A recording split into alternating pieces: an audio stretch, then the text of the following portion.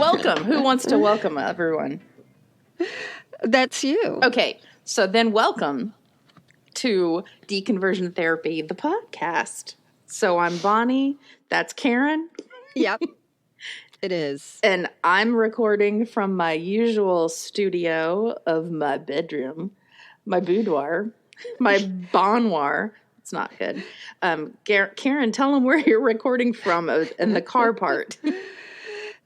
Yeah, that's it. I am currently in a garage in my car because I'm not at home. And and this is the only place that doesn't echo as much as in the place we're staying. So I'm like, oh, I'm going to record in the car. And my husband's like, are you going to turn it on? So I thought that was a good idea. So it's on. No. But you have the garage door open. No. No. I'm totally closed in. Right on. And I decided, hey, let me put this hose. Oh, from no, the back no. Into, Edit. No. So, yeah. We're going to talk about coronavirus because we want to be like the cool kids, but at the same time, we are going to not tell you medical stuff because I don't have my medical degree with me in this car. What? But we're going to just tell you about the so opposite from medical stuff, which is some religious people's response to it. But before that... or attempt to get in front of the problem with their silver solution. Oh, my God. Yeah. And by the way, we're selling our own... I'll tell you what we're selling later on because there's something amazing I discovered. Oh, yeah, but it doesn't have anything to do with COVID.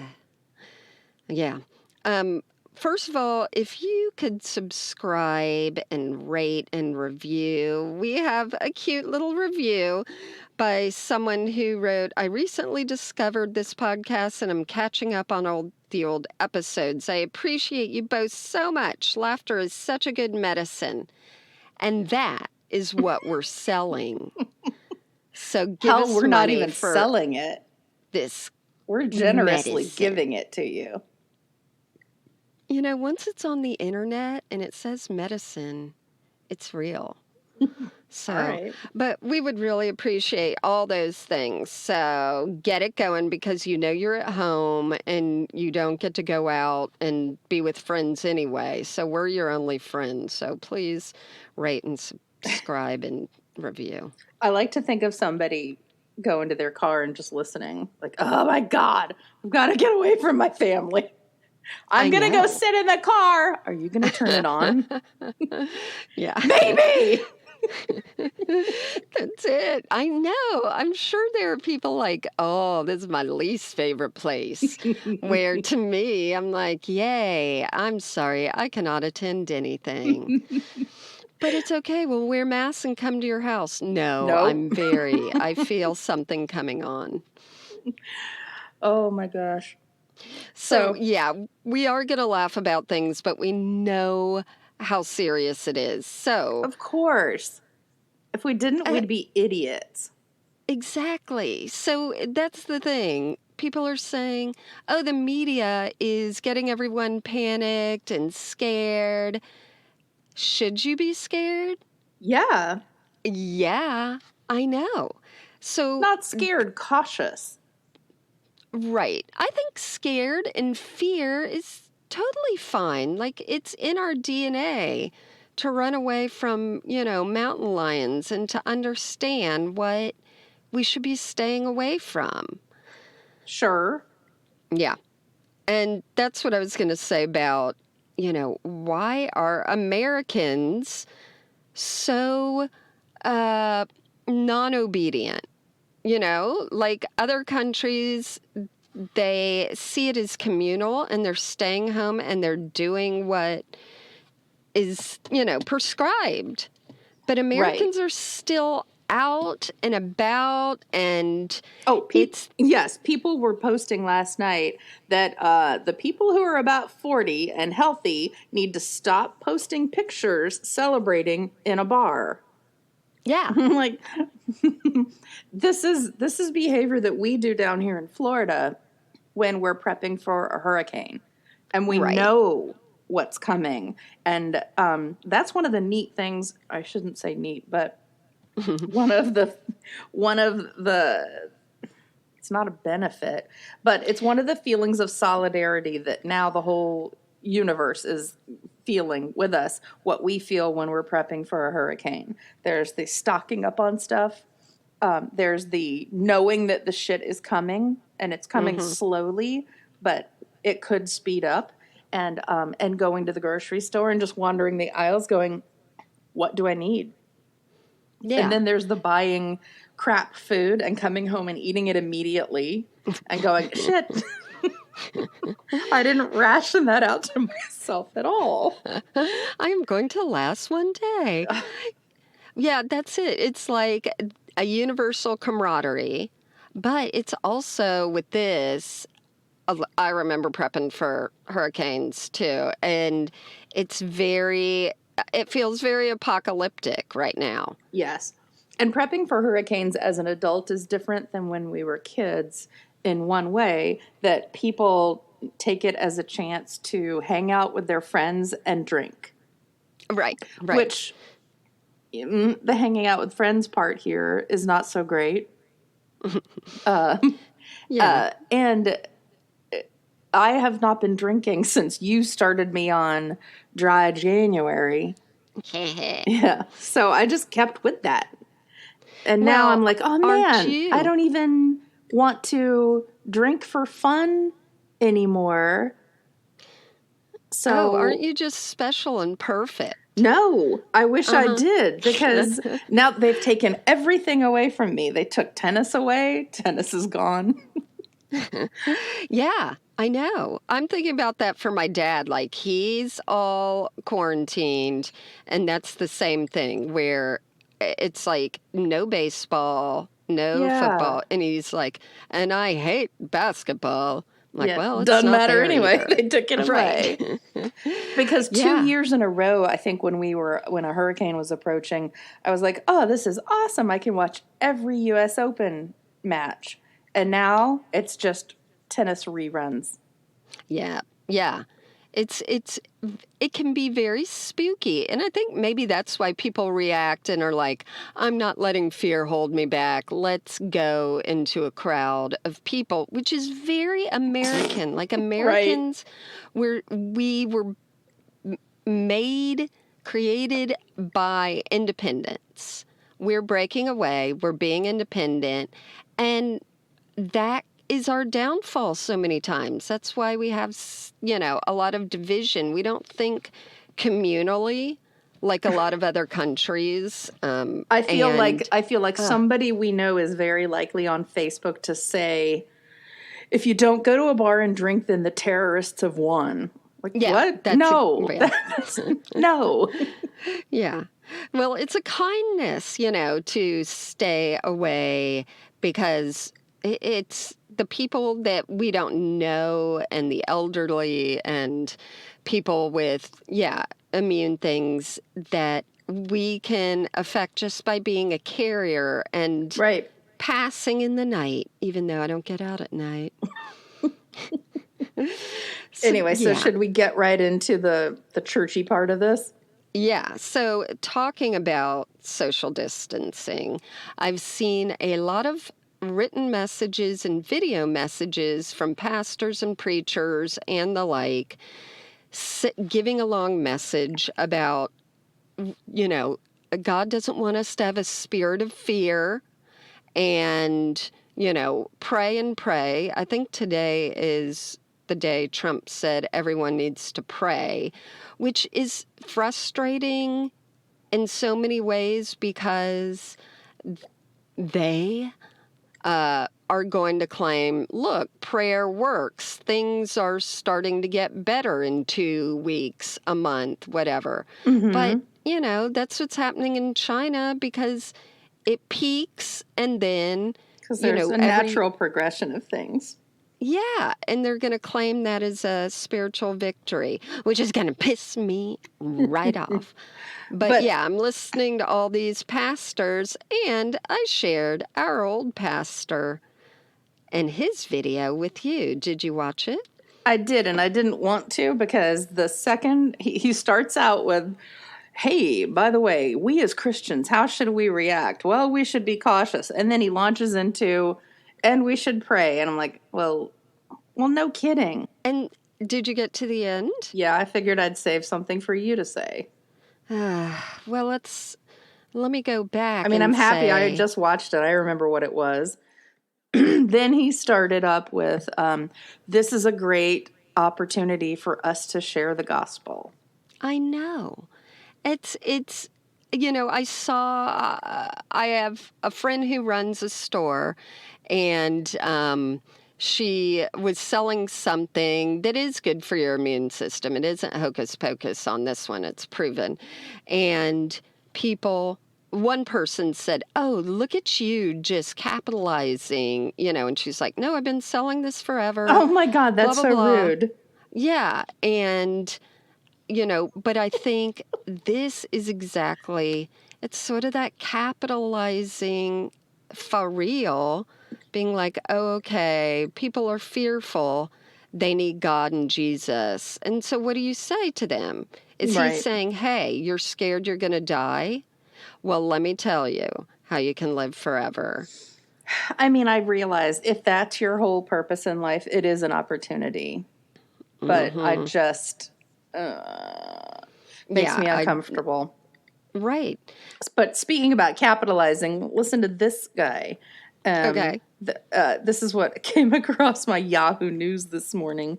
Man has 17,700 bottles of hand sanitizer he can't sell. So this brings me to my new favorite segment, this jackass. So this jackass and his brother went around hoarding all of the supplies, jacking up the price and selling them on Amazon. And then they shut him down. So now he's all bummed because he can't gouge people. And they even show a picture of him, which I think is awful because now he's identified. Right. He's going to have to barricade his house with those bottles. And P.S. Well, never mind. He's from Tennessee. You can say it. Oh, he is? Did you know this? Yeah. Okay. Yeah. And he's from Tennessee and not near me. But I never realized until we started doing this that so many of these people are from Tennessee as well as Florida. Oh, yeah. What is our magnetism? It's all us. But the idea, oh, yes, one of my local friends posted, okay, this guy does not represent the volunteer state. And I'm like, that's right. The whole volunteer part is, that's not exactly what it means. But the irony of it is very true. He might represent you all because his shorts are below his knees and he's got a bajillion mosquito bites on his legs. Oh, then he's in the country then. He didn't stock up on the right things.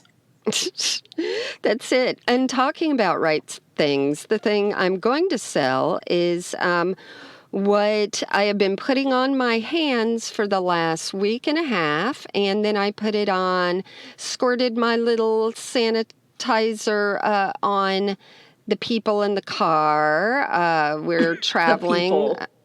Did you bring strangers with you?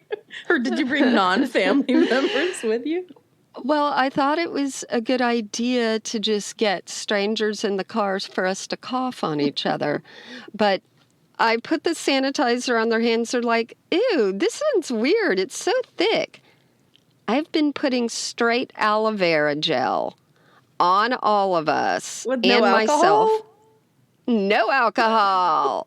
Why? No sanitizer. I thought it was sanitizer. I picked up the wrong thing. And I have a mini bottle of just very moisturizing treatment for sunburns that we're putting on our palms. Oh. And I put it on my husband's, and so he was holding the steering wheel with just the tips of his fingers, because otherwise he would stick to it.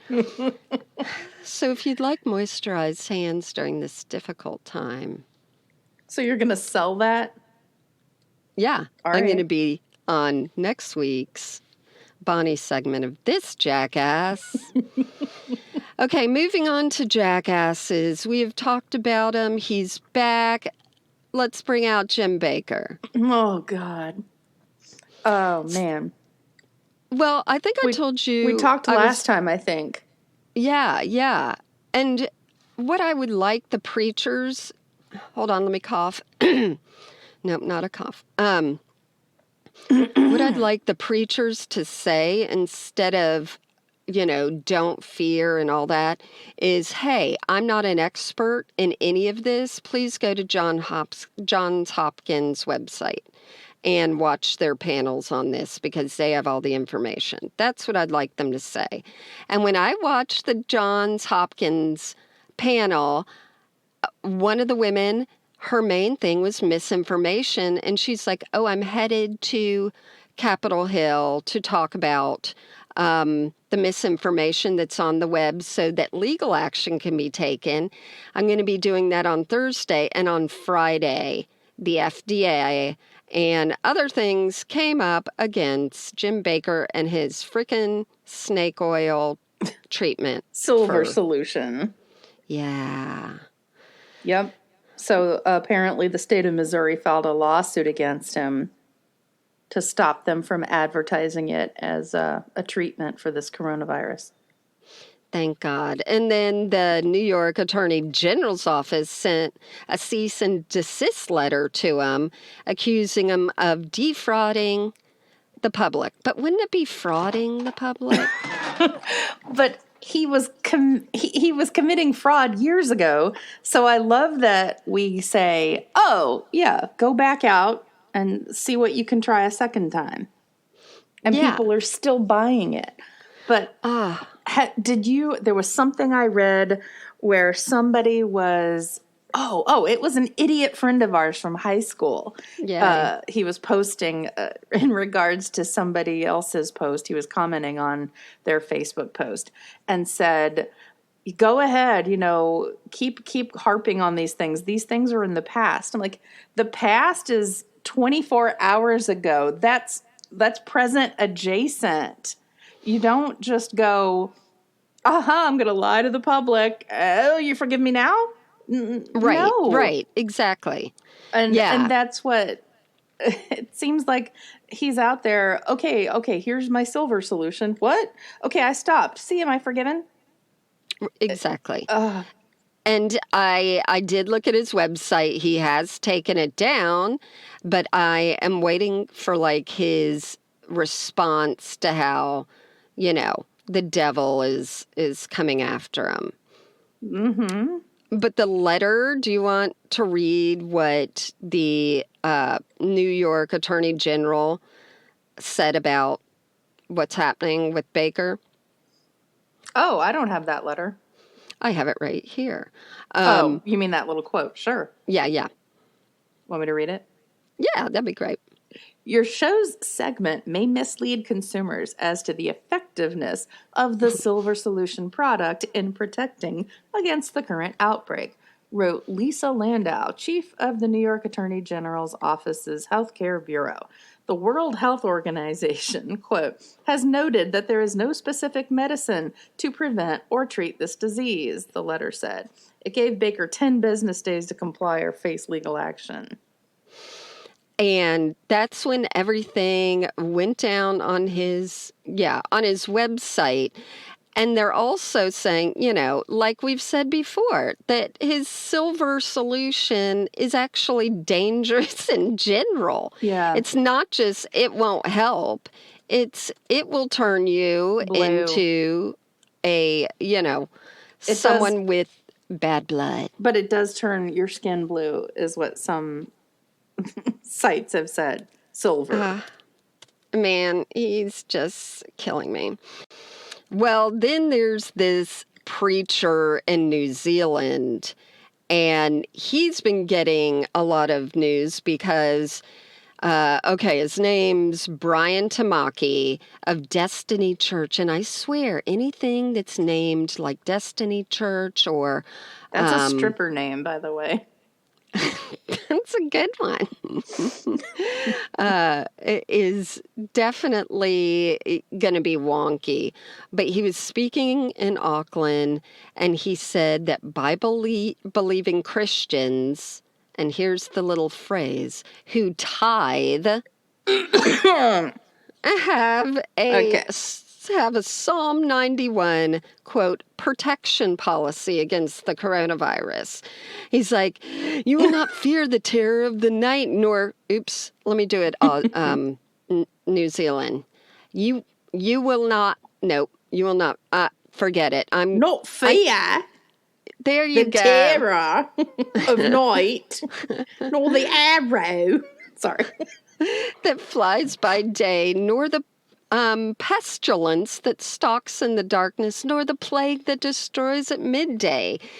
And he said, we needn't fear. There's a lot of hysteria that has been engendered by certain elements about this pandemic. And what he means is that satanic spirits control how the viruses travel in the air, right? But that Christians that tithe are safe from the virus. I just would like to interject here. Please do. One of the things that I think is concerning all of these pastors, and he kind of chips away at a little bit of the tip of it, is the tithe thing. Because guess what's coming up? Easter. Oh, and Easter is the time of year where they rely on a lot of offerings because what do they call them? Cheesters, the church, or Creasters, the Christians who only come out for Easter, they come out and they donate, and it's a bigger donation time than Christmas because they aren't spending their money on gifts. It's just Easter. So they're relying on those donations. And if they can't get humans in there, what are they going to do? Very true. Yep. I guess they have the I'm going to be online. This is how you find me. And then I bet under it has a tithe button. Yep. Yep. But that's the thing, like how unsafe this is. They interviewed, I think this was on NPR, they interviewed like a reverend, and let me just say, Reverend Helen Jacoby, which, that's enough for this guy probably not to listen because it's a female. But she's we don't like, know that he hates ladies. No, but he does. That she's like, it's incredibly unsafe. Follow public health advice. And this is very dangerous. But my favorite part is she said, it's also very amusing that he's chosen that particular psalm, given that it was used by the devil to test Jesus. I'm like, oh, she got her little click in there. But so what they're really doing, though, is saying, don't fear. Don't have a spirit of fear. And if their followers really put that into practice, then they're the ones that are not social distancing themselves. They're thinking God will protect me in any situation, and I'm going to go out into the world and not fear. And that's what is causing, this full circle, keep on going mentality that is driving me fucking insane. Well, Gavin de Becker, who is head of security for a lot of organizations out in Los Angeles, he wrote a book called The Gift of Fear. And fear is a gift. Fear keeps you from putting your hand in a fire. But at the same time, you go, oh, I'm afraid of that, so I will go away from it. And then you stop. You don't need to focus on the fear. You don't need to live in fear. You go, oh, fear equals saving myself. So we should be in fear a little bit, but we shouldn't, think that that's letting the terrorists win. Yeah, exactly. And I think the whole toilet tissue buying fiasco, my God. I didn't get it at first, and then I understood, oh, well, if we're going to be quarantined, we need toilet tissue. But it went into such a frenzy, and that it reminds me of religion, where it's like we have landed on this one thing, and it's Right. made the next person do it and the next, and then Yep. everyone's doing it, and people don't even know why. So Right. people are buying it, but they don't know exactly why they're buying that rather than, whatever, bread or milk or whatever else you would really need to hoard. Well, It's just I going into can see a this. couple things. A, you're never going to not need it. Right. But I feel for the people, I've still got a lot of friends in New York who are posting things like, leave some toilet paper for the poor old ladies who are struggling to make Yeah. it to the grocery store to try to get some stuff. And how about the people who can't spend hundreds of dollars? They have a limited budget and need to buy it as they have the money. Yeah. Just why? It's a me mentality. And you can also ration what you've got.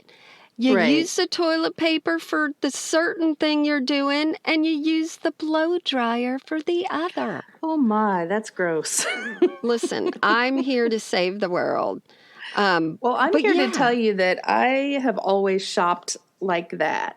When I lived in New York, I would sometimes call the bodega down the street and have them deliver one roll of toilet paper in addition to, other things. Right. But if I didn't want to order a roll of toilet paper and I found myself with some paper towels and a garbage bag to dispose of them, I'm not going to lie. That's it.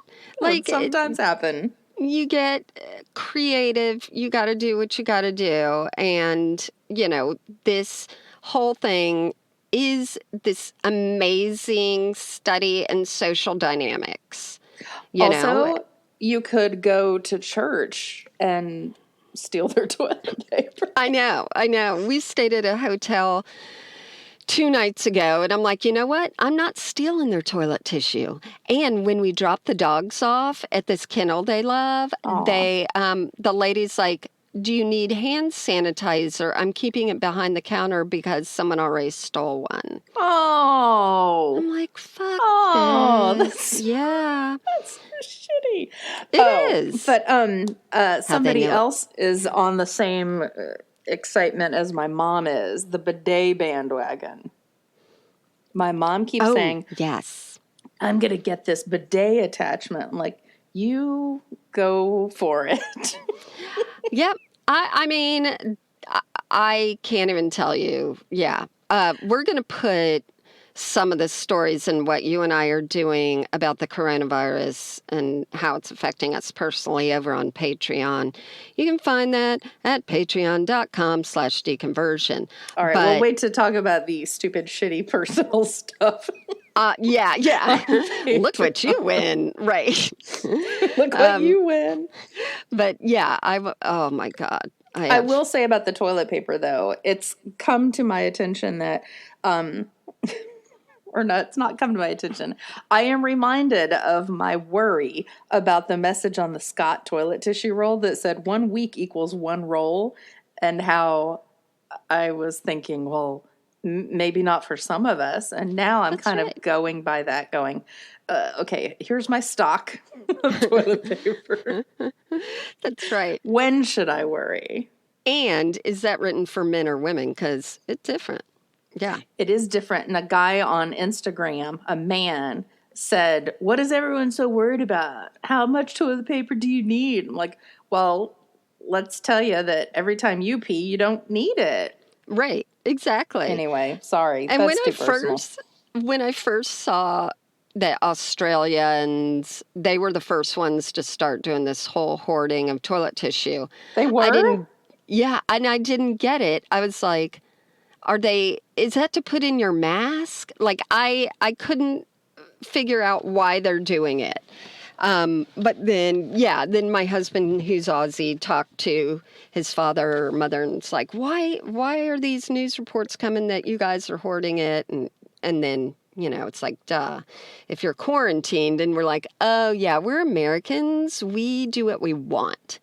But then the panic hit Because here. the terrorists won't win. That's right. I love That's the the toilet American tissue I access. bought from Iran. It's great.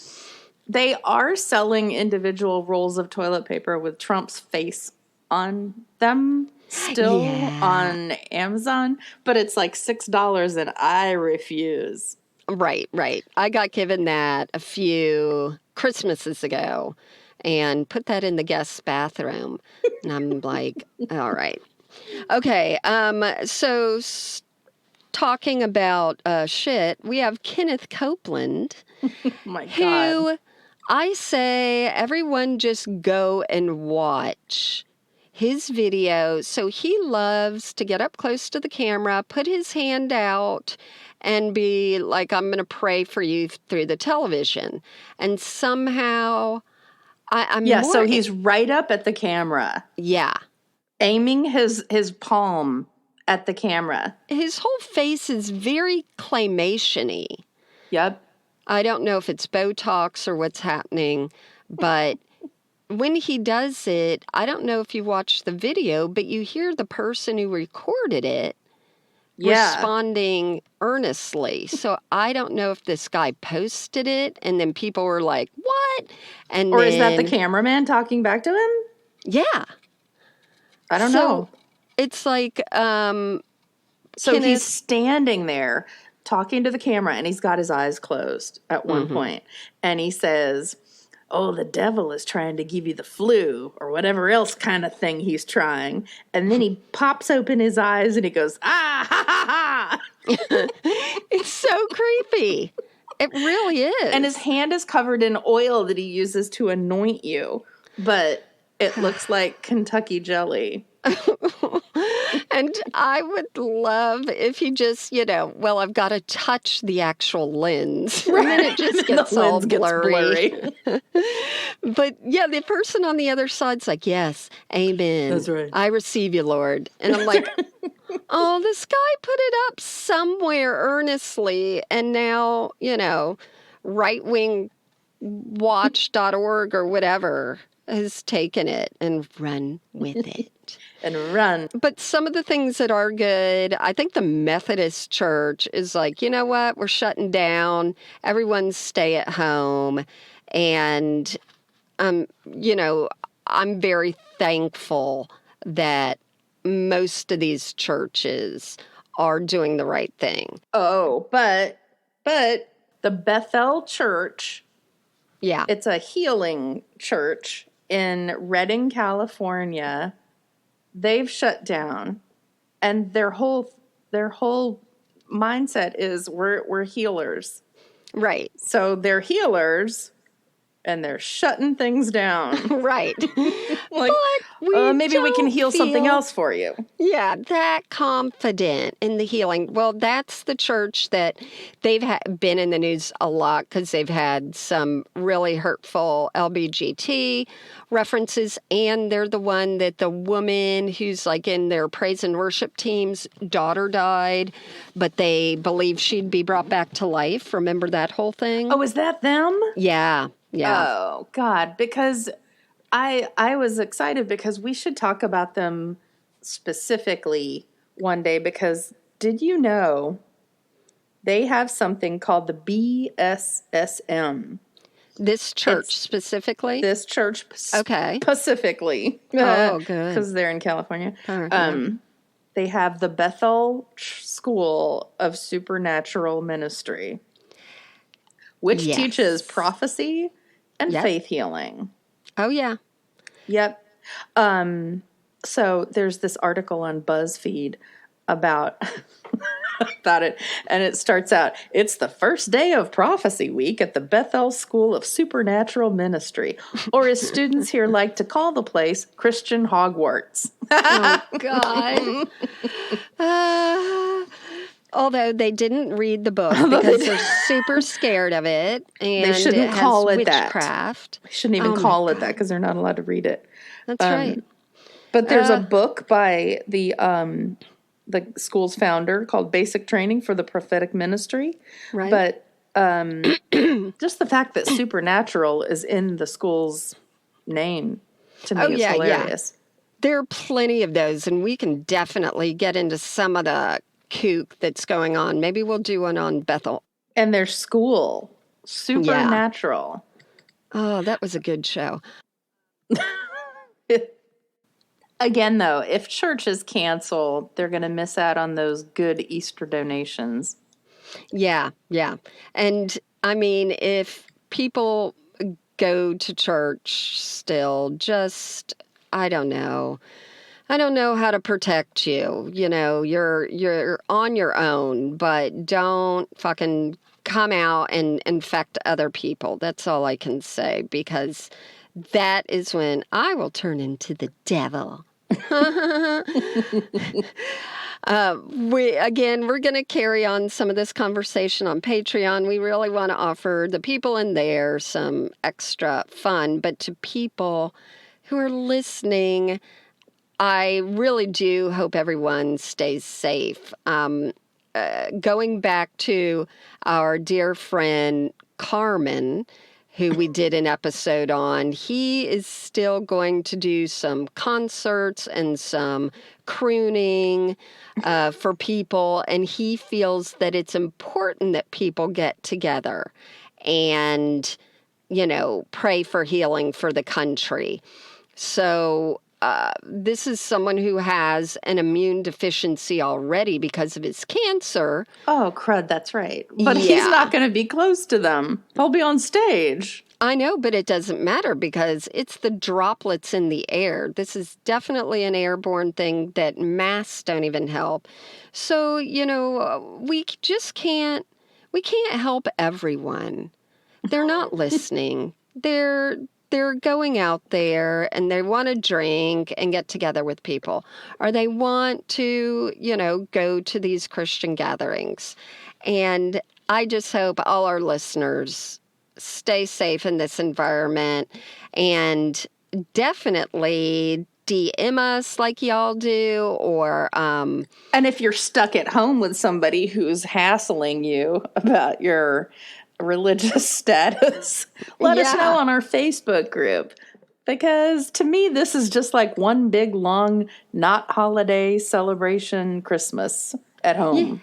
That's it. It can just be for all of us who are like, oh, we got some shit to tell you about our family. And you can send in letters at our website, deconversiontherapypodcast.com, and we will read them about how terrible your family is to deal with. Yeah, I wonder if there's going to be a lot of divorces and babies and murders after this whole quarantine situation. Here is my prediction that Rafael Nadal will take advantage of this time out of the spotlight and have some more hair plugs put in. That's what I was going to say. That's right, because that's what he did last time. There was a big gap, and he might make a baby. So that's what I'm hoping for.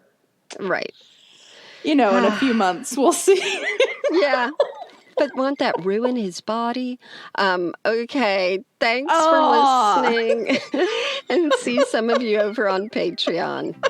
Adios. Don't be a shit pile and take all the toilet paper. To wipe up your shit piles. Bye.